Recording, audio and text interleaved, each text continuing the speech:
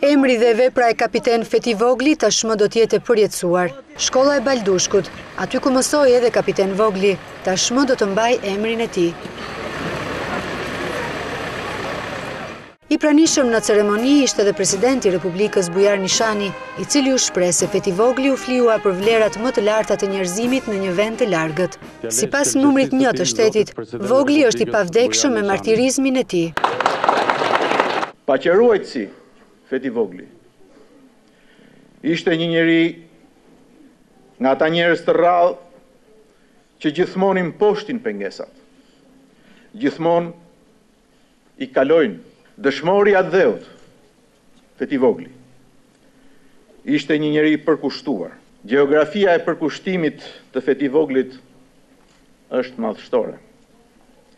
Nga familja, vendi, atë dheu, deri tek bota dhe mbar njerëzimi. Në ceremoni merrnin pjesë familjar dhe kolegë të Voglit të cilët luftuan bashkë me të në Afganistanin e largët. Të pranishëm ishin edhe përfaqësues të Ministrisë së Mbrojtjes dhe Ambasadës Amerikane. Feti Vogli humbi jetën 20 shkurtin e vitit 2012 gjatë misionit të trupave shqiptar atje, ndërsa mbeti i plagosur Aleksandër Peçi, i cili u mbijetoi plagëve.